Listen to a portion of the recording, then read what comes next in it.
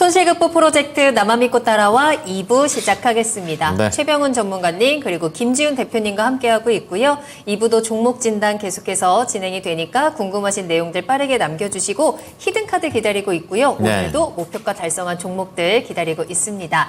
자, 궁금하신 내용들 유튜브를 통해서 종목명 매수가 비중 남겨주시고요. 2부도 전화 상담 계속 만나보실 수 있겠습니다. 02-325-8200번, 325-8200번입니다. 네, 저희가 이제 굉장히 종목수, 그러니까 봐드리는 숫자를 최근에 많이 맞게 늘리고 있는 그런 추세입니다. 맞아요. 네, 그렇기 때문에 기회가 있으니까 언제든지 상담 신청 남겨주시기 바랍니다. 맞아요. 전문가님들이 왜 이렇게 종목 진단을 빨리 해? 라고 그렇죠. 하시지만 누구라고 얘기는 안 하겠습니다. 네, 예. 저희는 하나라도 더 많이 봐드리기 위해서 이 시간 동안 계속 달려가고 있으니까 여러분들 포기하지 마시고 궁금한 내용 꼭 남겨주세요. 네, 자 그럼 공통 종목 보겠는데요. 네. 이것도 일부 때랑 같습니다. 한 종목을 가지고 두 분의 의견을 들어보는 시간이 되겠습니다.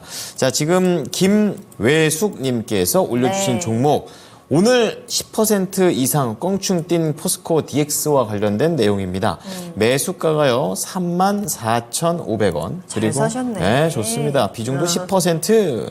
자, 오늘 이렇게 쭉쭉쭉 더 올라가고 있는데 근데 물론 사셨을 때는 그렇게 낮은 가격은 아니셨을 것 같아요. 네. 거의 고점 부근에서 사셨는데 그 이후로 더 가파르게 지금 포스코 DX가 올라가고 있는 상황이어서 호재가 계속 겹친다고 해야 될까요? 굉장히 기분 좋으실 것 같은데요. 아, 진짜 따다다다다닥 하고 올라가는 저런 모습이 나오죠. 그러니까요. 자. 수익률이 지금 뭐 60%가 넘어가니까. 축하드리고 부럽습니다. 네. 자, 그런데 중요한 건 계속 가져갈까요? 예, 지금 목표가를 잘 모르겠다라는 게 확 그렇죠. 느껴지고 또 네. 매도할까요? 예, 불안해하고 계십니다. 알아보도록 하겠습니다. 자, 우선은 우리 김지훈 대표께서는 포스코 DX 어떻게 투자 의견 갖고 계세요? 네, 저는 매도입니다. 매도. 전문가님은요? 매도입니다. 네, 두 분 똑같이 매도 의견을 주셨습니다.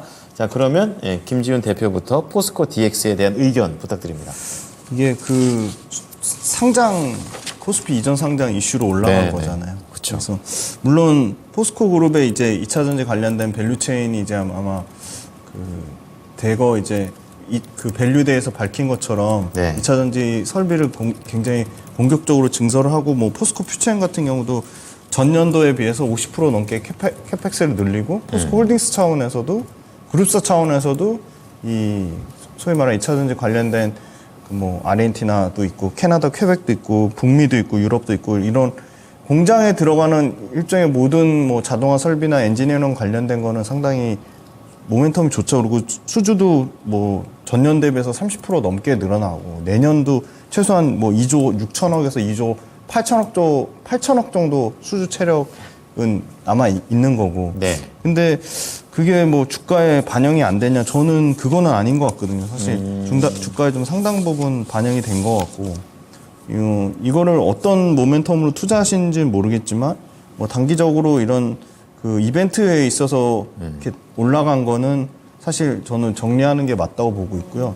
물론 10월 5일날 이제 주주총회 하니까 그때까지 계속 주가가 막 왔다 갔다 아직도 그 이거를 뭔가 이슈로 받아들이고 뭔가 플레이하니까 단기적으로 이렇게 그 트레이딩하는 영역에 있는 사람들이 네. 할 거라고 보고 있는데 펀더멘탈 측면으로 봤을 때는 물론 포스코 그룹의 전폭적인 이 뭐 자동화 설비 쪽으로 지원은 받겠지만 여기서 더 뭐 탄력적으로 가려면은 뭔가 또 그 수급보다는 더 강력한 이슈가 나와야 된다고 보고 있기 때문에 저는 사신 가격도 싸게 잘 사셨고 지금 50% 넘게 수익 중이신 것 같은데 굳이 이 높은 가격이 언제 떨어질지 모르는 불안감을 안고 물론 비중은 뭐 많은 비중은 아니지만 예, 사실 포스코 DX보다는 워낙 포스코 그룹을 좋게 보시고 사셨다면 포스코 홀딩스나 포스코 퓨처엠이랑 강력한 네, 맞아요. 너무나 막강한 그리고 밸류에이션도 포스코 DX보다 포스코 홀딩스가 훨씬 더 싸거든요.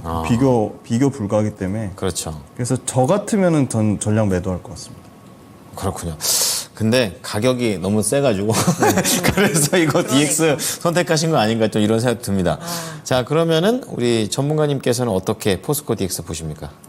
포스코 DX가 이전 상장 때 그날 올라갔지만 네. 사실 이전 상장보다도 이제 이 주식을 작년에 사고 아무도 관심 없이 샀으면 10배를 먹었어요. 네. 이차 전지 이게 포스코 ICT잖아요. 네. 과거에. 그럼 2016년도, 17년도 2차 전지 할 때 이 주식은 늘 4천에서 8천까지 갔다가 또 4천에서 8천. 이게 작년까지 그랬거든요. 네. 근데 올해 왜 이렇게 뛰었을까? 10배가. 2차 전지 전체 양극재 뭐 포스코 그룹 다 뛰고 했는데 이거는 사실은 그렇게 많이 오른 게 아니에요. 다른 양극재 밸류 가치로 보면 이게 2년 뒤에 25년도 가치에 비하면 지금 적정 주가까지 왔다고 정도밖에 안 되거든요. 아, 그래요. 그러면 거의 만약에 이제 양극재는 25년도는 반영돼 27년까지 반영됐다고 27년까지 보면 이 종목은 추가 상승을 충분히 할 수도 있습니다. 그래서 한 10만 대까지도 갈 수도 있는데 지금 최근 들어서 우리 이제 정책도 그렇고 미래 전략에 충전 사업도 이제 25년까지도 50% 늘리고 이제 2030까지 그 엄청나게 뭐 100만 대 이상 뭐 이렇게 되거든요. 국내만 하더라도. 그래서 이쪽 솔루션, 4차 산업 관련된 솔루션 사업을 포스코가 이쪽으로 전체적으로 가면서 원재료뿐만 아니라 관련된 솔루션을 얘들이 장악하고 있을 걸 보여요. 그래서 이제 상반기 실적을 보니까 이미 작년 실적을 돌파해 버렸어요. 이제 전체적으로 보면 작년 647억이 나오는데 상반기 실적이 643억 이렇게 나왔거든요. 거의 왔죠. 98% 증가했거든요. 네. 이제 외형도 성장하면서 8천억대, 뭐 9천억 늘 이 주식은 이익을 못 냈거든요. 2020년도는 260억 이익 냈다. 21년도 적자가 나고 그다음 작년에 흑자전은 600억인데 올해 이미 1200, 내년 1800. 그럼 3배가 이익이 3배 뛰고 매출도 2배 뛰거든요. 네. 매출이 2배 뛰면 주가는 일등주들은 3배는 올라야 되거든, 기본. 그러니까 이 이익도 3배가 뛰면 이거 10배가 가야 되는 거죠. 이익 규모로 보면. 그래서 차천이 4만에 온 겁니다. 그래서 충분히 지금은 그런데 가면 갈수록 이제는 이 솔루션 쪽이 마진이 떨어질 걸 보여요. 경쟁도 있고 우리뿐만 아니라. 그래서 예. 좀 내년에 영업이익이 한 1,800억 정도가 해서 2조 정도 매출 나오니 그러면 포스코가 이쪽 분야 가면서 얘들도 같이 덩달아 해주기 때문에 네. 충분히 지금 현재는 적정 주가까지 올라왔다 이렇게 보는 거고요. 그래서 이제 일단 10배가 왔으니까 더 이상은 가려면 좀 시간이 필요하고 지금 포스코 표치함도 그렇고 3분기 실적이 안 나옵니다. 생각보다 안 나오기 때문에 네. 양극재 마진이 축소가 되었기 때문에 3분기 급격히 축소됐어요. 그래서 2분기도 적게 나왔지만 그래서 모멘텀이 많이 약해지는 거죠. 그래서 지금은 팔고 9월 달은 오히려 이쪽이 빠질 수 있기 때문에 월봉 차트도 이렇게 보니까 이렇게 3개월 동안 급등하고 나면 이 주식은 못 가요. 일반적으로 보시면 이게 전체적으로 여기도 3개월 가고 못 갔잖아요. 그러니까 내 다음 달은 9월은 못 간다는 거 시가가 높은데 그래서 내일 팔아야 된다. 저는 목표가 네. 57,000원 드리고 매도 의견 드리고요. 손절가가 더 중요합니다. 이게 나 있는 상태이기 때문에 네. 52,000원 손절가를 드리겠습니다. 자, 그러면 대표님께서는 가격 전략 한번 더 들어보겠습니다. 네, 저는 목표가는 59,000원이고요. 손절가는 52,000원 똑같이. 52,000원. 52,000원으로? 네, 네. 네, 알겠습니다. 네. 자, 지금 공통 종목으로 오늘 포스코 DX와 관련된 부분을 말씀을 좀 드렸었는데요. 자, 지금 가격 전략까지 다시 한번 정리를 해 드리겠습니다. 자, 우선 처음에 이제 김지훈 대표께서는 매도 의견 주시면서 59,000원, 그리고 손절가 52,000원을 좀 제시를 해 주셨고요. 앞으로 좀 이제 더 올라가기가 좀 쉽지 않다. 어느 정도 선반영됐다라는 관점이시고, 그리고 최병훈 전문가 역시 비슷하십니다. 목표가 57,000원, 손절가 52,000원 똑같이 매도 의견을 주셨습니다. 네.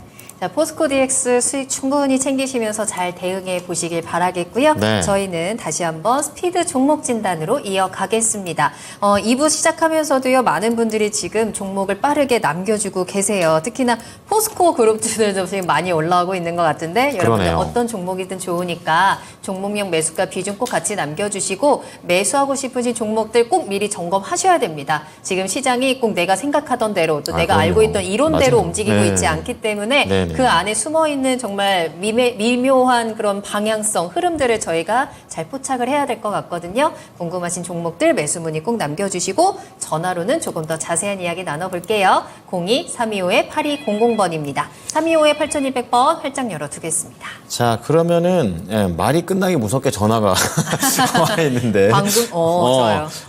받아볼게요. 네. 시청자님 안녕하십니까? 네, 안녕하세요. 네, 네. 반갑습니다. 네, 반가워요. 예. 전화 연결돼서 참 고맙습니다. 저희도 예. 너무 반갑습니다. 저희도 네. 목소리 들어서 네. 좋습니다. 자, 그러면 어떤 종목이 가장 궁금하십니까? 타마 알미니움. 예, 매수가 네. 비중은요? 그게 매수가가 10만 6천 원이고요. 네네. 네. 예, 5%인데 네. 많이 빠졌다고 생각해서 매수를 했거든요. 네. 근데 자꾸 떨어져서 이걸 또 추가를 해야 되나.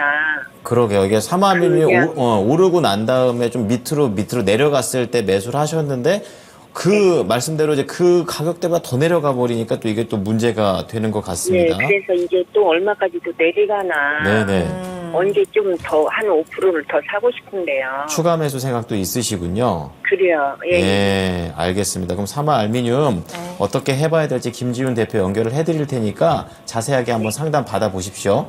네. 네. 네, 안녕하세요. 네, 안녕하세요. 네, 그 사마 알미늄 뭐 하는 회사인지 알고 투자하신 거죠? 아니, 잘 모르고 했어요. 아, 이게 네네. 예, 많이 빠져서 그냥 제가 이제 산 거거든요. 아, 네. 이 2차 전지 관련돼서 그 양극재를 알루미늄 박으로 쓰거든요. 그렇구나. 네, 그래서 그 알루미늄 박 회사인데, 근데 전체 2차 전지 소재 단에서 비중은 크지 않아요. 한 2%에서 3% 정도거든요. 네. 근데 이걸 하는 회사 자체가 굉장히 좀 과점화되어 있거든요. 지금 롯데 알미늄, 동일 알미늄, 그 다음에 사마 알미늄, 동원 시스템즈 이렇게 4개 업체 정도밖에 없거든요. 근데 국내에서는 얘네가 지금 1등이에요. 캐파로는 지금 4만 톤 얘네 증설을 해가지고 계속 말씀드리지만 증설은 어느 정도 매출에 대한 보장이 되지 않고는 증설을 안 하거든요. 근데 최근에 50% 넘게 증설하면서 이제 국내로는 캐파로는 1등이 됐거든요. 지금 4만 톤이거든요. 그러면 이게 전체적으로 보면은 이 알루미늄 박 알박 매출이 현재 한 60%가 조금 안 돼요. 근데 내년에 한 80%, 25년도에는 거의 90% 가까이 그 양극재 알루미늄 박에서 매출이 나오면 매출만 커지는 게 아니고요. 같이 마진도 좋아지거든요. 그러니까 기존의 포장재보다 마진이 알루미늄 박 마진이 두 자릿수니까 거의 뭐 한 60에서 70%더 이익률이 더 좋아지는 거죠. 예, 그래서 일단 이 회사는 숫자가 찍히는 회사거든요. 매출과 이익이 성장을 해요. 그러니까 기본적으로 올해도 매출과 이익이 50% 넘게 성장을 하고 내년에도 매출과 이익이 성장을 하거든요. 그래서 실적은 좋아요? 이 회사가요? 네, 회사 자체는 굉장히 탄탄하고 좋은 회사입니다. 근데 단기적으로 2분기에 좀 실적이 조금 빠졌어요. 그래. 예, 근데 이제 증설한 거는 실적이 반영되는 거는 하반기에 증설이 반영이 되거든요. 그러면 얼마 때 제가 또 더 사야 될까요? 지금 5%밖에 없으시잖아요. 저는 네. 더 사는 것도 나쁘진 않은 것 같은데 네. 제가 봤을 때는 오히려 지금 가격대 사시는 거는 뭐 크게 의미가 없어서 오히려 9만 원이 만약에 깨지면은 평단가를 낮추시는 걸로 5%더 사시는 건 괜찮은 것 같고 만약에 10만 원 근처에서 계속 그 주가가 옆으로 기거나 뭐 크게 빠지거나 오르지 않으면 그냥 현재 현재 비중 정도 그냥 유지하시는 게 맞는 것 같습니다. 아예 크게 그리고- 9만 원 밑으로 빠지면 그때는 조금 5%더 담으셔도 저는 나쁘지 않다고 보고 있습니다. 그래요? 그러면은 이게 그러면은 네. 이 종목이 조금 올라가면 그냥 더 파는 게 낫겠네요. 그러면요? 그러니까 이게 지금 급한 자금으로 투자하신 게 아니잖아요. 예, 아니죠. 근데 사마 알미늄 자체가 2차 전지가 성장하면 이 회사는 같이 성장하는 회사거든요. 네네. 예, 근데 단기적으로 올라왔지만 그 매출과 이익 늘어나는 거에 비하면 그 단순히 주가 말고 이 밸류에이션은 비싼 게 아니거든요. 예. 그러면은 9만 원대 오면은 5%더 사라고요? 네, 저는 오히려 9만 원 빠지면은 조금 추가 매수하시는 거에서 평단가를 낮추시는 건 나쁘지 않아 보이고요. 네네. 네, 기본적으로 목표가는 이게 전고점이 14만 원이거든요. 14만 원요? 네네. 근데 14만 원까지 가기는 조금 시간은 걸려 보이고 저는 일단은 단기적으로는 12만 원은 보고 있습니다. 12만 원요? 네, 12만 원. 네. 네네네. 아우, 고맙습니다. 네. 시청자님. 네, 알겠습니다. 예, 더 사는 가격 아셨어요? 네, 잘 알고 있습니다. 9만 원 밑이에요. 네, 고맙습니다. 네, 수익 많이 내십시오. 네. 예. 회사가 좋답니다. 근데 이게 어려운 말들이 이게 들어가니까 중간에 좀 헷갈려 하시는 것 같아요. 이제 그럴 때는 그냥 바로 가격을 말씀드리는 게 낫다. 예, 목표가 12만원, 9만원 밑에서 추가 매수 하고 싶으시면 그 가격대에서 해보시면 되겠습니다. 네, 내가 이 종목을 좀 더 기다려야 되는 종목인지 빠르게 대응을 해야 되는 종목인지가 참 어려운 것 같은데 그럼요. 그러니까 네, 저희 진단 맞아요. 꼭 받아보시고요. 네. 자, 이번에 만나볼 종목은 펩트론입니다. 이 종목이 너무나 아깝고 또 오늘 갑자기 너무나 크게 하락을 해가지고요. 그러게요. 빠르게 좀 AS를 해드려야 될 것 같아요. 잼만님 38,500원이에요. 매수가가. 다 비중도 내려왔네요. 10% 가지고 계시는데 물론 높은 가격에 매수를 하셨습니다. 그래도 수익이 잘 나고 있었고 오늘 장중 내내만 해도 그래도 오늘도 잘 버텨주는구나 하셨을 텐데 진짜 장 마감 직전에 2시 이후에 갑자기 이 종목이 13%뚝 떨어졌거든요. 그러다 보니까 시청자님도 잠깐 사이에 나의 20%의 수익이 날아가 버렸다. 그렇죠. 예. 그러면 이거는 이제 매도를 해야 되느냐 이게 가장 궁금하다라고 남겨주셨더라고요. 일단 최병훈 전문가님 펩트론 오늘 갑자기 이렇게 급락했습니다. 이제 상승세 꺾인 걸까요? 네, 이제 비만 치료제 관련된 게 이슈가 조금 약화된 거 있는데, 네. 그보다도 이 종목은 목표가를 심리적 목표가라 그러죠. 이제 시가총액이 지금 8천억 정도인데 오늘 9,600억 갔거든요. 네. 그러면 1조의 시가총액이 돌파를 시도하기 아직 좀 멀은 거죠.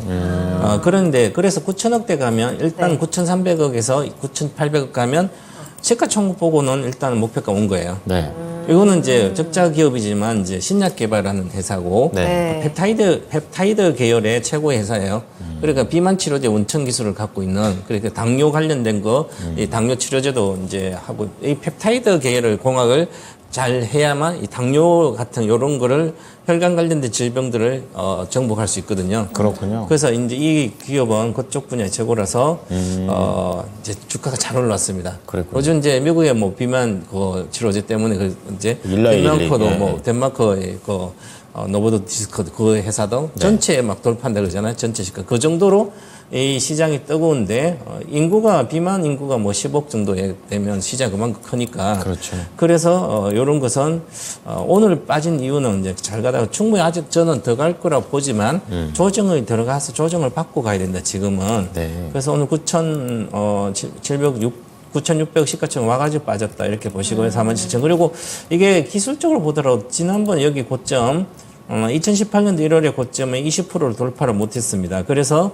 20%를 돌파하면 더 50%까지 갈 수 있는데 그러면 50%가 이게 7만 원대 정도 가야 되거든요. 네. 7만 원 정도 원래 한 7만 원 내외의 목표가가 가야 되는데 시가총액 때문에 이게 빠진 걸로 보여요. 전체적인 다른 큰 악재보다도. 네. 그래서 지금은 너무 사도 너무 늦게 산 거죠. 그죠? 지금 그죠 타이밍이 네. 오늘 아침에 먹었다 금방 내려오고 이 밑에서 샀으면 이제 9,000원 만 원에 처음에 와서 100% 그죠? 그렇죠. 바닥이니까 7,000원대니까 이제 이 테마주라든지 이런 것은 생각보다 지워요.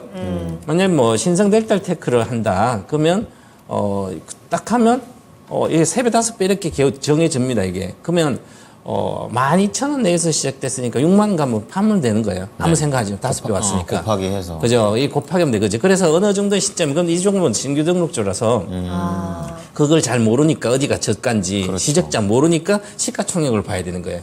이런 공부를 이제 시세 공부를 해야만 목표가도 어느 정도. 그러면 내가 여기 4만 원대 사면 더 3만 2천 이상부터 여기서부터 들어가면 일단 이제 위험한 거예요.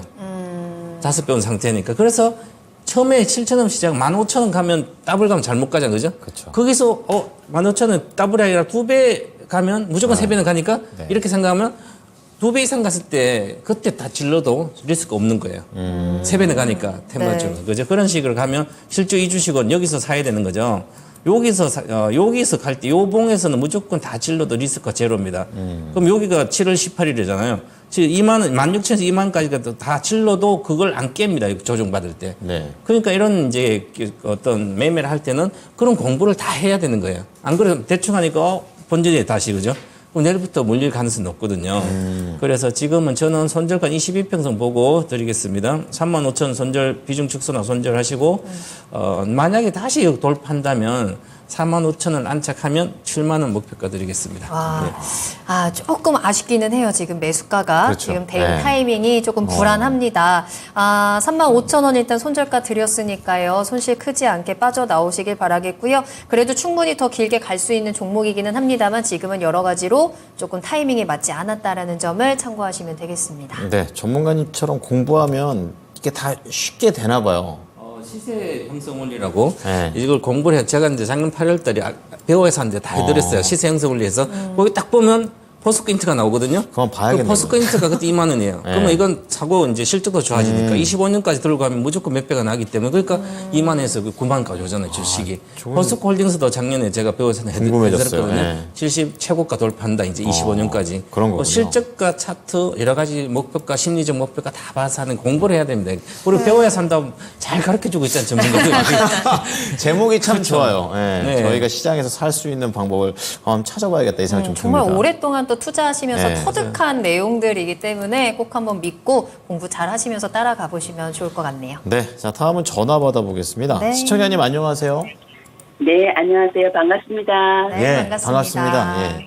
자, 우리 시청자님 어떤 게 궁금하세요? 네, 하나 시스템이고요. 예, 매수가 비중은요? 이거 13,200원이고요. 예. 저 단가를 좀 많이 낮춰서 13,200원이고 20%입니다. 이런 저런 이야기는 좋은데, 네. 영 올라가지가 않아서. 아, 네, 그러게요. 여쭤보고 싶습니다. 예, 오늘도 보니까 제가 슬쩍 찾아봤는데 뭐 유상증자에 대한 얘기도 있고 그리고 네네. 또 신사업 모멘텀, 그러니까 좋은 거 나쁜 게 다 있는 것 같아가지고 한번 네네. 자세하게 알아보도록 하겠습니다. 김지훈 대표 네. 연결해 드릴게요. 네, 안녕하세요. 네, 수고하십니다. 잘 부탁드립니다. 네. 하나 시스템이 이제 주력은 방산이잖아요. 네네. 근데 방산이 저희 굉장히 지금 방산도 폭풍 성장하는 산업 중에 하나입니다. 구조적으로. 네, 그 이유가 지금 국내 그 무기가 굉장히 품질도 좋으면서 가성비가 좋아가지고요. 그러니까 고객 맞춤화 대형도 잘 되고 가격도 저렴해서 해외로 지금 엄청나게 수출하고 있거든요. 그래서 그 폴란드 얘기 많이 들어보셨죠? 폴란드. 네, 네. 그래서 폴란드에 지금 그 K2하고 K9 나간 거 외에 지금 이 하나 시스템에서 하는 사격 통제 장치 이게 기대하는 게 지금 24년, 25년 뭐 연간으로는 폴란드 향으로 3조에서 4조 정도 지금 그 수출 기대감을 가지고 있거든요. 그러니까 계속 지금 그 방산 쪽 수출에 대한 모멘텀은 계속 살아 있는 거고요. 그리고 이 폴란드 말고 지금 그 아랍에미리트하고 사우디가 또 우리나라 이 무기 엄청나게 또 많이 사가려고 하고 있거든요. 예. 그리고 천궁에 들어가는 그 다기능 레이더 이것도 지금 모멘텀을 가지고 있어요. 이 지금 하나 시스템이. 그래서 기본적으로 수주가 계속 이어지는데 실적은 분기 실적 계속 잘 나오고 있거든요. 매출이 20% 넘게 늘었고 영업이익도 58% 늘었는데 연간으로 치면 매출과 이익에서 모두 한 25%에서 30% 정도 성장을 예상하고 있고요. 근데 다만 이제 하나 시스템도 이제 방산업체 예를 들어 현대로템이나 뭐 하나 에어로스페이스나 LIG 넥스원이 갈 때는 같이 잘 갔는데 지금 말씀 주신 대로 이제 뭐 유상증자 이슈도 있었고 아무래도 뭐 초전자체니 맥신이니 뭐 양자 컴퓨터는 그쪽으로 수급에 쏠림 현상이 있어서 주목을 못 받은 건데 펀더멘탈은 전혀 이상은 없거든요. 그래서 저는 사신 가격하고 지금 현재가가 별로 차이는 없는데 그렇다고 여기서 비중을 더 늘리시는 건 아닌 것 같고 근데 다행인 거는 지금 그 가격적으로 지금 이제 여기서 뭐 더 이상 뭐 이렇게 뭐 소위 말해서 뭐 악재가 나오거나 뭐 유상증자도 이미 나온 이슈고 이미 다 알고 있는 이슈고 그러면 앞으로 아까 그 방산 관련된 모멘텀만 있는 건 아니고 요새 제일 핫한 게 이 초소형 위성 체계하고 저궤도 위성이거든요. 아, 그렇죠. 그거 관련된 모멘텀도 지금 살아 있거든요. 이게 지금 그 뭐 도시망공 모빌리티 UAM도 하반기에 이제 그 실증 사업 관련돼서 계속 지금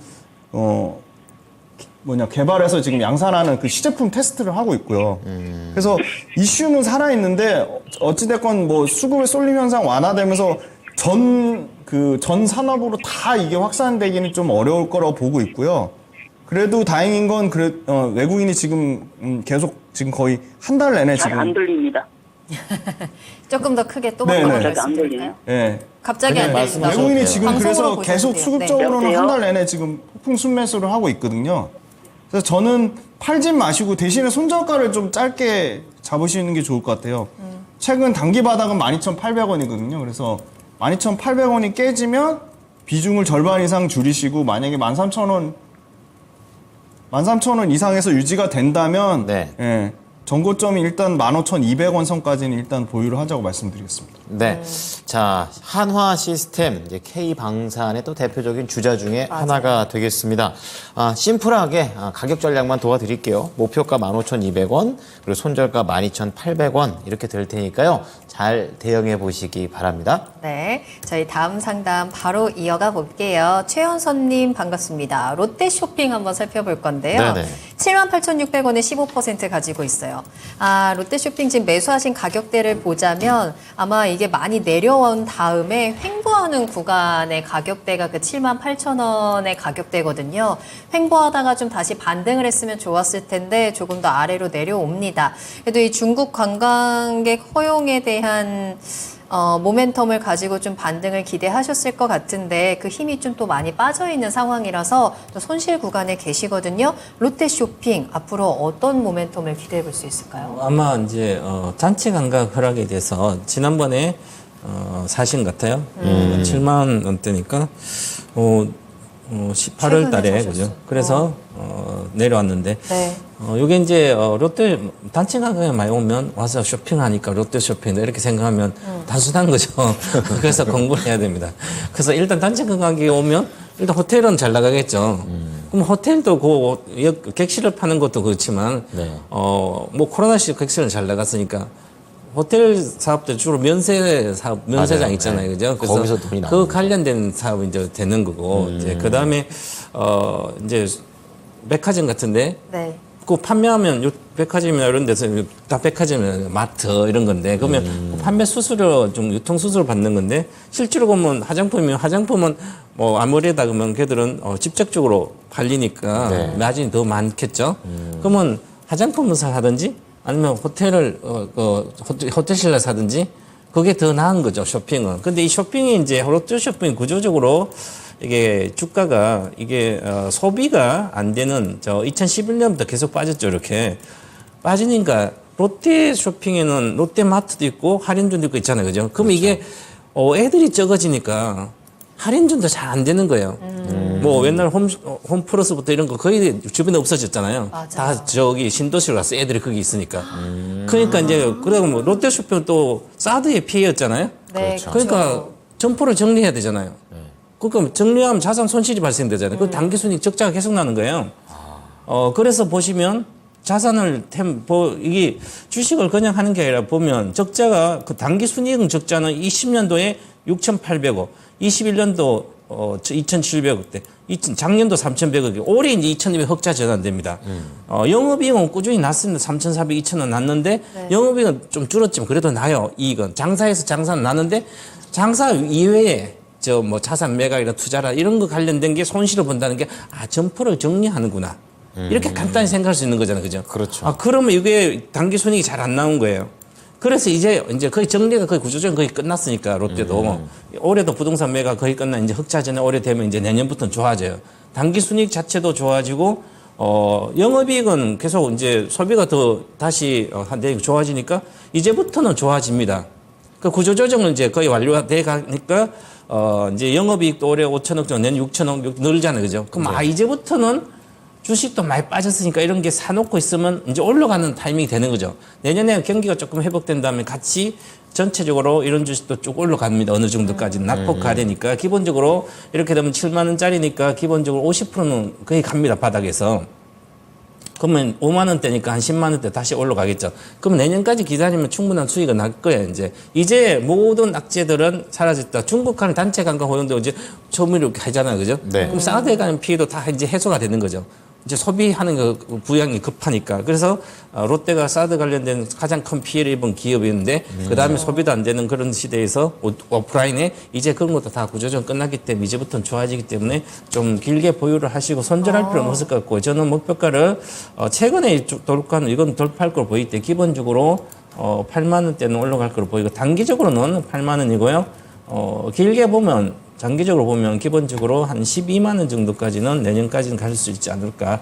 그래서 중장기 보유 말씀드리겠습니다. 네, 이 중국 단체 관광 허용뿐만 아니라 이 롯데 쇼핑을 둘러싸고 있었던 여러 가지 악재들도 조금 시간이 흘러가면서 해소 네. 국면에 들어갈 것 같네요. 장기 보유에 대한 의견 전해드렸고요. 8만 원 이상 또 12만 원까지 목표가 체크해 주셨습니다. 네, 다음은 유튜브에서 맥한더 부인님께서 야, 이거 진짜 옛날에 진짜 재밌게 봤었는데 이거 진짜 재밌게 봤습니다. 남자애들은 다 봤을 거예요. 어쨌든 한화솔루션을 올려주셨습니다. 태양광으로 가는데요. 매수가가 43,500원입니다. 손실이 크시네요. 자, 20%의 비중을 담고 계시는데 친환경은 이제 관심이 없는 건가요? 이렇게 말씀을 하셨습니다. 그러게요. 풍력도 최근에 한번 오늘인가요? 크게 한번 흔들렸었고 어제 한번 흔들렸었고 또 태양광 이것도 뭐 겸사겸사 하여튼 좋지가 않습니다. 산 이후로 좀 더 내려오고 있는데 앞으로에 대한 방향성 알아보겠습니다. 대표님, 한화솔루션 어떻게 보세요? 한숨. 한숨으로 시작하니 좀 불안한데요. 너무 지금 손실이 43,000원이시면은 20% 정도 손실이신 건가? 8,000원 정도 빠지니까. 크시죠? 네. 저는 일단 올라올 때마다 비중을 좀 줄일 것 같습니다. 그 이유는 이제 그 미국에 대한 태양광 기대감으로 시세를 굉장히 오래전에 좀 줬었죠. 그러니까 작년 9월 달에 한 7만 원까지 69,741원까지 주고 지속적으로 하락 추세인데 주봉으로도 그렇고 월봉으로도 완전히 추세가 완전 하락 추세로 깨진 추세인데 그러면 태양광 업황이 신재생 에너지 자체는 태양광도 지금 커지는 시장이고 풍력도 커지는 시장인 건 맞잖아요. 근데 그러면은 태양광 관련돼서 경쟁업체가 없냐? 지금 하나솔루션의 경쟁업체가 미국의 JA 솔라가 있고요. 그다음에 에이비온이라는 회사가 있거든요. 근데 이런 회사들, 그다음 중국 로컬 업체도 있고요.